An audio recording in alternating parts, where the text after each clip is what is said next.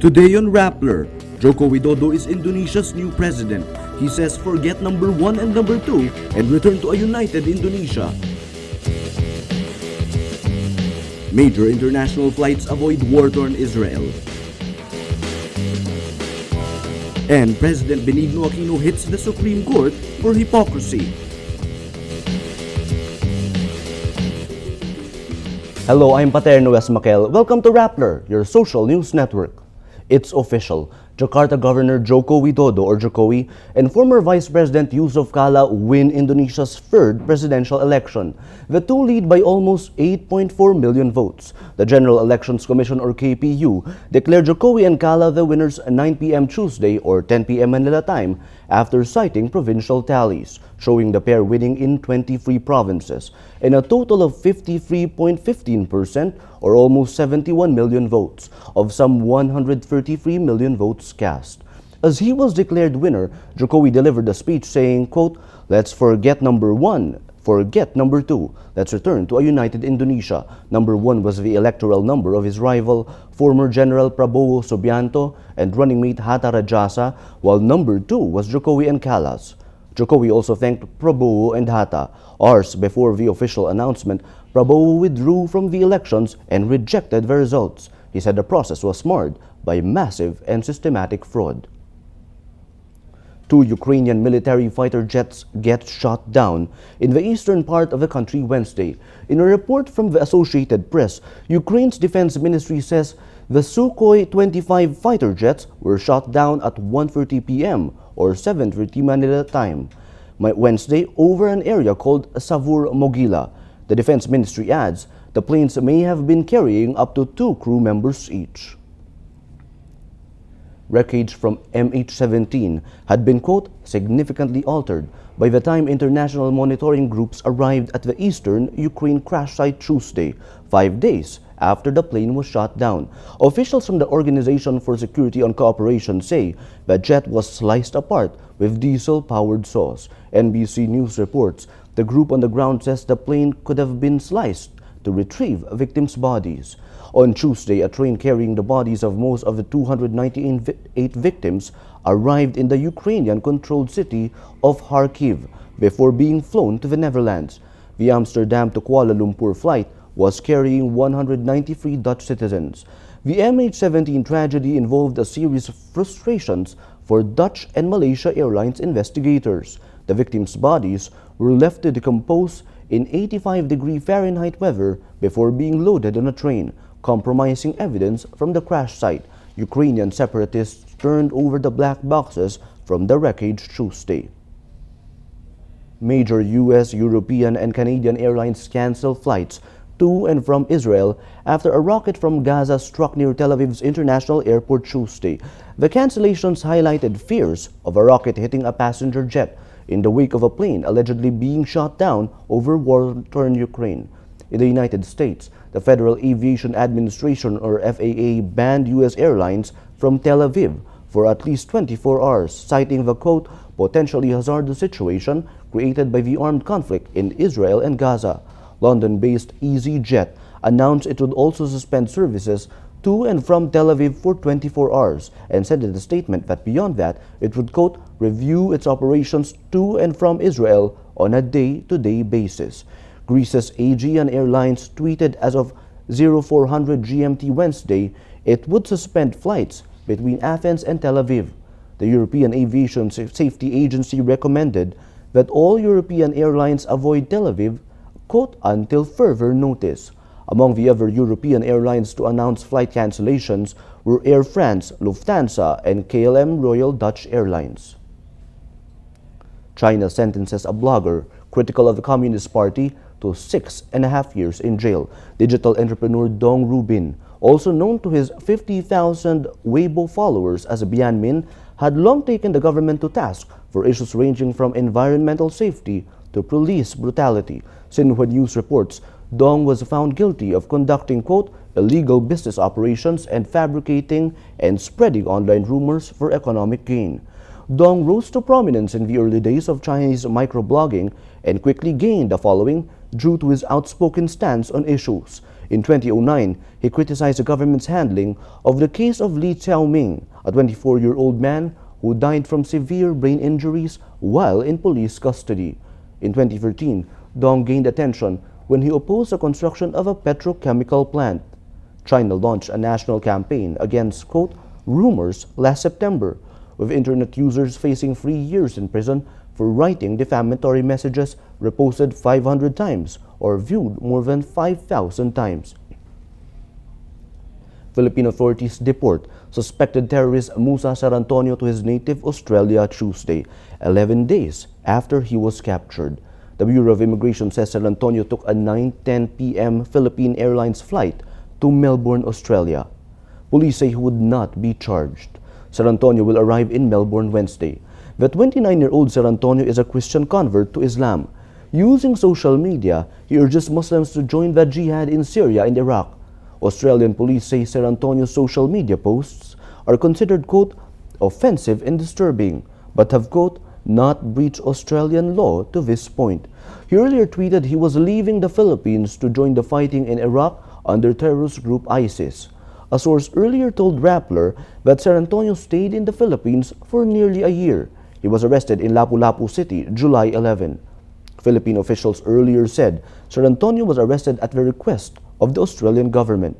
He was deported because Australia cancelled his passport, making him an illegal alien. Once again, President Benigno Aquino hits the Supreme Court over its decision to declare illegal features of the Disbursement Acceleration Program or DAP. Speaking at the 150th anniversary of Hero Apolinario Mabini in Batangas, Aquino says the DAP's objective was to swiftly deliver benefits to the public. Aquino continues to hit the judiciary for requesting a fund transfer under a mechanism similar to the DAP. He insists the DAP was not a, quote, haphazard decision. Aquino says the Supreme Court in July 2012 had 1.865 billion pesos or $43.15 million in savings earmarked to augment the fund for the construction of the Manila Hall of Justice and held a groundbreaking ceremony for the building the following month. The President adds, in 2012, the Justice Department had 100 million pesos or $2.3 million for the Manila Hall of Justice. Malacanang received a letter of request from the Supreme Court to have it transferred to the tribunal. Aquino says the court withdrew its request in December 2013 when the executive branch was under attack over the DAP. Aquino had been criticized for attacking the Supreme Court on its DAP ruling. His own presidential campaign manager, Senator Sergio Osmeña, says these are counterproductive to the administration's bid to get the decision reversed. Despite the public criticisms, Aquino says his administration is prepared to accept the final ruling of the Supreme Court, which the government appealed. Anti-graft court Sandigan Bayan orders banks to produce records on pork scam principal state witness Ben-Hur Luis' 19 bank accounts. In a subpoena issued Tuesday, the court's first division ordered 5 banks to send representatives and bring records for the bail hearing of Senator Bong Revilla. At the hearing on Thursday, Luy will be called to testify on the diversion of Revilla's discretionary funds to ghost projects. Banks summoned to the hearing are BDO Unibank, Metropolitan Bank and Trust Company, Bank of the Philippine Islands, United Coconut Planters Bank, Land Bank of the Philippines in Leyte, and Land Bank of the Philippines branch in the Education Department complex. Stephen David, legal counsel for alleged scam mastermind Janet Napoles, says the bank records will show state witnesses such as Luy amassed millions from the scheme. Let's now look at Rappler's Wrap for today, a list of the 10 most important events around the world you shouldn't miss. At number 4, Typhoon Matmo battered the island state of Taiwan with Category 2 winds of up to 165 kilometers per hour. Matmo made landfall early morning Wednesday. Prior to landfall, residents were urged to tie down commercial signs and construction scaffolds. Around 5,400 tourists were evacuated from Green Island and Orchid Island, 2 popular scenic spots of the southeastern Taitung country Tuesday. Several ports were packed with hundreds of fishing vessels that returned from sea to avoid the typhoon. And at number 7, Forbes magazine lists Iron Man star Robert Downey Jr. as the highest paid Hollywood actor for the second straight year in a row. Downey reportedly earned $75 million from June 2013 to June 2014, with much of the earnings coming from the third Iron Man movie. Former wrestler Dwayne "The Rock" Johnson lands in second place with an estimated $52 million. Bradley Cooper came in third with $46 million, followed by Leonardo DiCaprio with an estimated $39 million. For the full top 10, visit Rappler.com/for-rap. The exhibition game between select NBA players and national team GILAS Pilipinas turns out to be a PR calamity. On Tuesday, fans anticipated a three-point shootout and a slam dunk contest during PLDT Home's Last Homestand All-Star Charity event. But the event went from spectacle to disaster in a matter of hours. GILAS head coach Chot Reyes announced to fans in the auditorium that instead of an exhibition match-up, a live practice involving drills between both sides would take place. And what was supposed to be a two-day treat for basketball fans was cut short with the cancellation of the Wednesday event. The audience took their frustrations online, with a flurry of tweets carrying the event hashtag #LastHomestand, mostly furious over the event's unkept promise of a game. A rule in the contracts of the NBA players prohibit them from participating in non-sanctioned events. Reports say this triggered the cancellation. President of event handler East West Private, Maria Espaldon, said the event was never advertised as a game. We have always told everybody that we cannot announce a game. If you look back, we've vetted everything. Tweets by MVP have been very, very clear. We've not actually said that there's a game. PLDT Chair and GILAS patron Manny Pangilinan apologized to Filipinos who paid to see an exhibition game but had to settle for practice drills. Disappointed fan Red Oliero says he feels cornered over the refund. They offered a refund, pero after nun, sinabi nila para daw sa charity. So, syempre, na-corner kami, we ayaw magawa. They were all hyping it up na, sino mas magaling dito? Point guard natin, mas Kyle Lowry, and wala. Masaya sana to, but as you can see, people are going out and they're not satisfied with what they paid for. But Tiger Villanueva, a fan who brought his son to the event, is expecting a refund. So hopefully the sponsors can do something about it, and maybe that we understand that maybe they have nothing to do with it. So just maybe they can do something for us to be able to get our money back. Organizers said those unhappy with the live practice can claim refunds for the price of admission they paid. Ticket prices ranged from 750 pesos to 23,300 pesos. Every story on Rappler has a mood meter which gives you 8 emotions to choose from.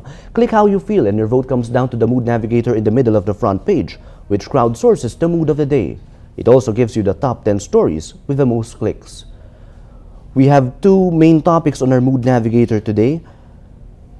One about the Iglesia Ni Cristo Centennial celebrations, and the other about the canceled game between GILAS and NBA All-Stars.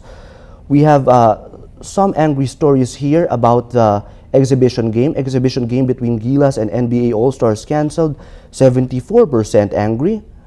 And this other story, MVP and PLDT take responsibility for Last Homestand disaster, 70% angry. Many other stories on our mood navigator have to do with the Iglesia Ni Cristo Centennial. We have the fast facts, Iglesia Ni Cristo's Philippine Arena, 70% happy. Famous Iglesia Ni Cristo personalities, 17% happy and 63% don't care. The story that got the most number of votes today, the Catholic Church and Iglesia Ni Cristo major differences, 45% annoyed. This story drove our mood navigator today, and today, most people are annoyed. That's Rappler's newscast for today, Wednesday, July 23, 2014. Visit Rappler.com and watch our newscast Monday to Friday. Tell us how you feel on our mood meter and help us crowdsource the mood of the day. I'm Benigno Aquino. As we say at Rappler, tomorrow begins today.